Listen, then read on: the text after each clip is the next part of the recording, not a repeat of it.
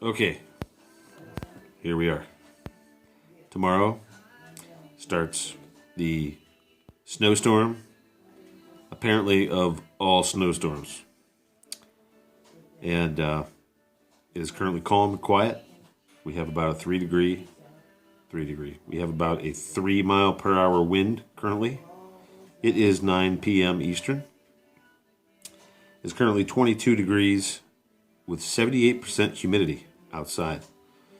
Now, I will say, leading up in the days before this snowstorm, they're calling for about a foot of snow possible. And I've been watching the humidity over the past 2 days. And I will tell you that the humidity level outside has been pretty unstable. This may be an indication of this impending storm.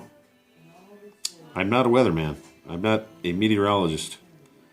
But I would tell you that it was up as high as 89%. It dropped down to about 59%, went back up to about 62%, and has been lingering around 70%, but now it's at 78%. So it was up, dried out, and now it's back up. So I don't have a barometer, but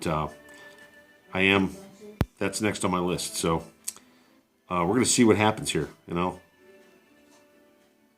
post our snowfall for after the storm. So wait for the next video after the storm.